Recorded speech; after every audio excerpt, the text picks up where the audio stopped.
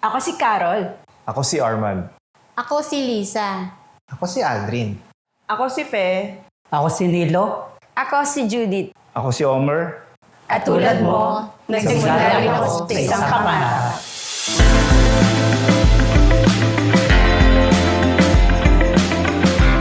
My secret is I believe.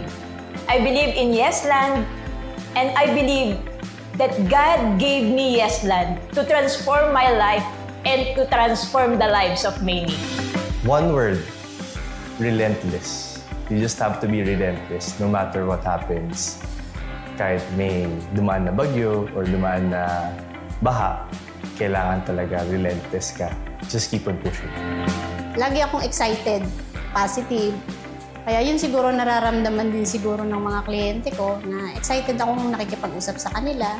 Kaya siguro awa ng Diyos, pinagpapala naman. Mapapaisip ka talaga na kung gusto mo ba talagang may magbago sa buhay mo, yun yung sikreto, hindi na sikreto eh. Kasi kung gusto mo talagang may magbago sa buhay mo, may gagawin ka. Ang isang sikreto dyan, tiwala sa may taas. Then, second, take action. Siyempre, hindi di ba nga sabi nila, nasa tao ang gawa, nasa Diyos ang awa. At the end of the day, na-realize ko talaga na yung pag-build natin ng relationship kay client. After sales, dapat nandyan pa rin tayo kahit pa-turnover na yung bahay. Siguro yung paniniwala ko na dito sa Yesland, talagang matutupad yung mga pangarap ko, ng pamilya ko, pangarap ko sa buhay. Sipagan lang natin, magdasal tayo kay Lord na kakayanin natin lahat kahit maraming challenges dito sa real estate career. Pero basta tuloy-tuloy lang tayo, kaya natin yun. So, strict talaga. Burning desire to change life. Yun yung aking motivation at saka yung aking secret bakit ko ginagawa itong para maging successful tayo. Para sa family ko talaga, kung ibabalik ko lang talaga, ang laki talaga ng transformation. Salamat na lang talaga nandito yung Yesland kasi bumabangon ako para sa pangarap ko, sa pamilya ko. Looking back sa journey ko, ang main reason why I did this or why I was aiming to be an entrepreneur na sa sales is because I really wanted more time with my family. So that's why I'm here. That's why I did this. That's why I am where I am right now. Siguradong sigurado ako, wala nang iba. Para sa pamilya ko, syempre. Gusto kong mabago yung kwento ng buhay ko. Na yung hindi ko naranasan, may paranas ko lahat sa kanila. Yun, pamilya ko talaga. Para doon talaga ako bumabangon. Yung sinasabi nga ni OG Diaz, every gising is a blessing, di ba? Meron ka ng calling na every time na gumigising ka, kumilos ka kasi may kailangan pagpapagawa pa sa'yo si Lord. Pagandahin mo yung buhay ng family mo, ng relatives mo, and tumulong ka sa ibang tao. Yun yung nag-motivate sa akin. Lumalaban ako sa buhay. Para sa pamilya, lalo na sa mga anak ko. Kung 5 years na yung car loan ko, 2 months na lang. Bayad na siya sa tulong ng commission ko dito sa Yesland. I do believe kasi about calling. It's about God's calling. Ito, lagi ko ito na-share na pag dito sa mundo, nabubuhay ako, alam ko, para sa pamilya. Pero alam ko din, nabubuhay ako dito just to share to other people na kung naman meron ako ngayon, pwede din makuha yon. Just to inspire them na ako, nagsimula ako simpleng tao, simpleng buhay. So alam naman niya na iba, nanggaling ako sa isang pamilyang magsasaka, doon ako lumaki. Just to share with them na kung anong meron ako ngayon, kaya din nila yun. Ayun, para sa pamilya ko, sa mga anak ko, asawa ko. Kasi marami pa kaming pangarap na gustong abutin and marami pa kaming lugar na gustong mapuntahan, yung makapag-travel. Kasama nung nanay ko kasi gusto ko siyang makasama pa sa mga travel habang buhay pa siya, tsaka yung mga kapatid ko. Yun, and syempre, yung para sa community.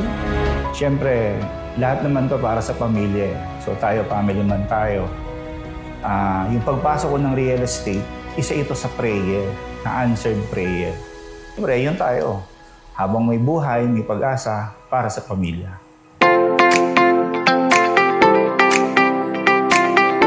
Pangarap ko talaga makapunta ng ibang bansa. Pangarap ko mag-travel abroad. Yun talaga. Sabi ko, gusto ko makapunta sa ibang bansa, mag-travel. Yun na yung gusto kong gawin. Kasi yung bata ako na pagkaitan ako ng ultimo pa mamasyal, parang never ko naranasan yun sa parents ko. Dati, I used to set the bar. Pero when you understand that God has given you gifts, para ma-check mo yung highest potential mo. For me, it's more on right now is just to maximize or see how far I can go, see how much I can help, and see how much I can earn. Gusto kong mag-shopping nang walang hawak na calculator. yung sabi nga, open budget. Yun. Kaya nakakatawa, pero yun ay totoo. Gusto ko pa rin ma-achieve na mas marami pa akong matulungan in the future. Yun pa rin. So, hindi siya nagbabago. True yes lang. Yun sa gabay ni Lord. Ayun yung highest dream in life. Yun yung time freedom na kahit gaano ka pa kayaman, pero ang time hindi mo siya mabibili. Dahil sa tulong din ni Yeslan, nakakarating sa iba't ibang lugar. Nung nabubuhay yung tatay ko, yung pangarap niya, yung mapaoperahan niya yung katarata niya. Ayun, sa tulong ng komisyon, bago namatay ang tatay, na napa-opera ko yung mata niya. At kumbaga, isa sa ko yung pangarap ng isang anak, yung matulungan kahit paano yung tatay nila, yung magulang nila. Yung highest dream ko na lang siguro to share to other people na yung pangarap natin, hindi lang yung para sa akin. Si Lord may binigay din para sa inyo. So kung ano mo yung pangarap mo, ipagpatuloy mo lang. Kasi in God's perfect time, ibibigay naman yan sa'yo . Gusto ko pang makapag-attend ng maraming leverage training about empowering myself. Kasi para syempre, mas marami din akong may share sa ibang tao na tulad sa pinagdadaanan ko. One of my ultimate dreams na nangyari dahil sa nag-earn ako ng million is nagkaroon ako ng child's wedding. Child's wedding, and luckily, ang ating pang-head broker, ang ating mag-asawang head broker, ang mga naging principal sponsor natin. Pangarap din natin, magkaroon tayo ng generational wealth investment para sa pamilya, and siyempre, na soon, will turn into magkaroon ng passive income, hindi lang sa real estate. Napakaganda na meron kang financial freedom.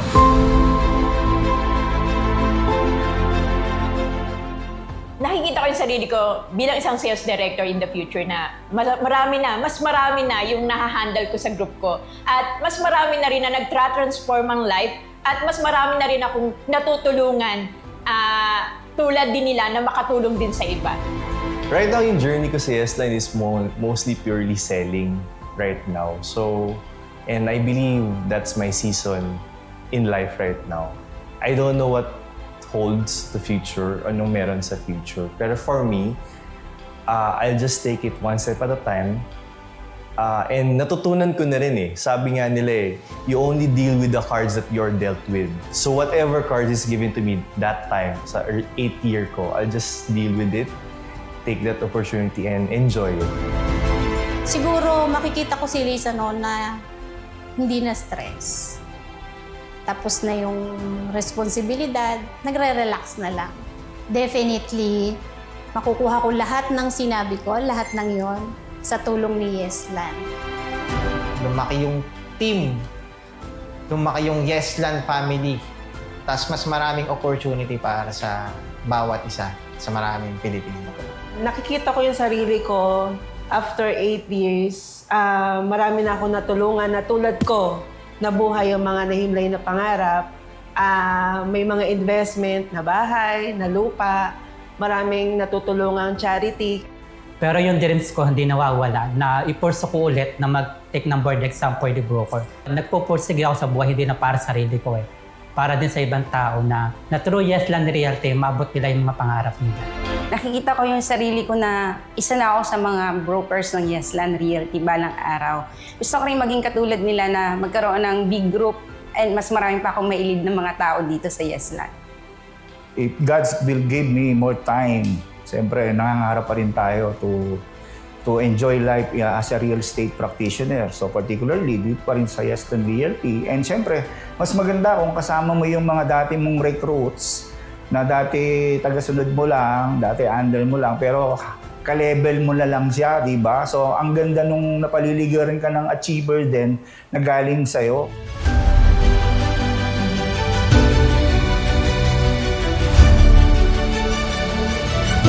Salamat sa paglaban mo sa pangarap. Hindi ka pumayag na ganun ka na lang. Magsumikap ka palalo at malayo pa yung mararating mo. Malayong malayo pa. Just keep on doing what you're doing right now. Everything will pan out. Just keep on striving.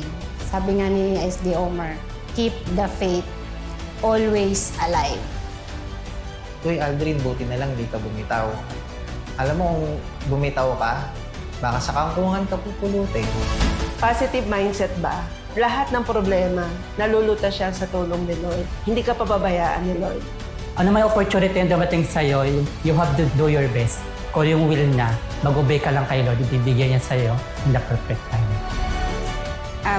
Judith, salamat at hindi ka bumitaw sa mga pangarap mo noon.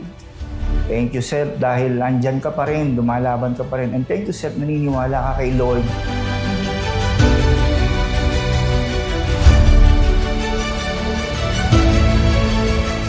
Someday makikita mo rin yung bunga ng pinagpaguran mo. Kaya wag kang sumuko. So just keep on doing what you're doing and do not quit kasi ang natatalo lang naman yung nag-quit. Take it from me. I didn't quit eh. If I nag-quit ako 10 years ago, I wouldn't be here. Hanggat meron tayong Yeslan na handang sumuporta sa atin, tuloy-tuloy lang, and nandyan si Lord para umagapay sa atin sa lahat ng oras. Time is a blessing. Use it to glorify God. Gawin mo yung best mo, isurrender mo kay Lord. Siyempre, take action. Ang road to success yan. Dahan-dahan lang yan. Ang mahalaga dito, kahit mabagal yung pag-usad mo, hindi ka tumitigil. Patuloy ka lang sa pangarap mo.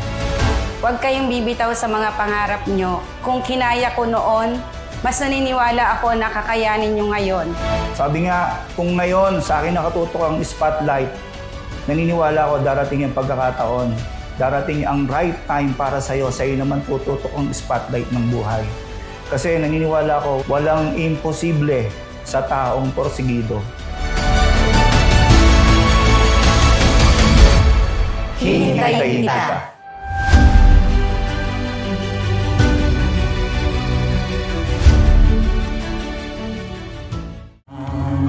To help and serve our nation, to give our best and say our yes into the land of God's riches.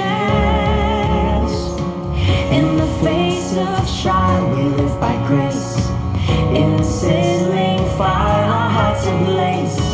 Through changing times and seasons, we rise. 'Cause we are one Yeslan family, wherever I leave. Together we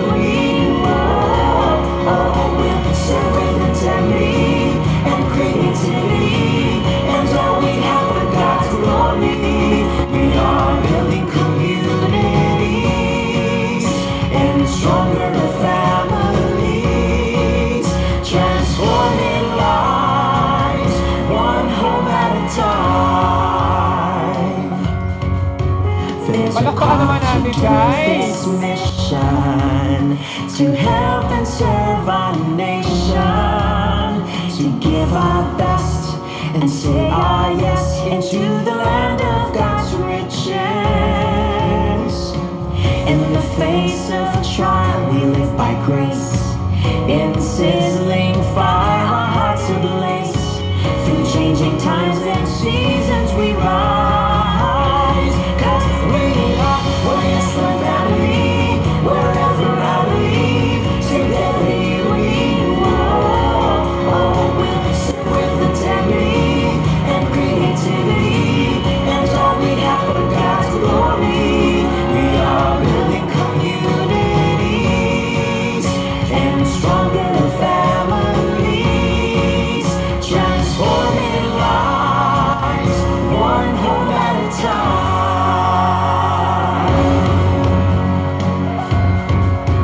There's a call to do this mission, to help and serve our nation, to give our best and say ah yes into the land of God's riches.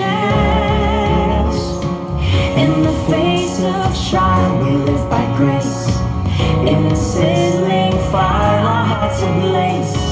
Through changing times and seasons, we rise. 'Cause we are one Islam family. Wherever I leave, together you we will serve with integrity and creativity, and all we have for God's glory.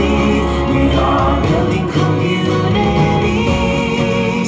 and stronger families, transforming lives, one home at a time.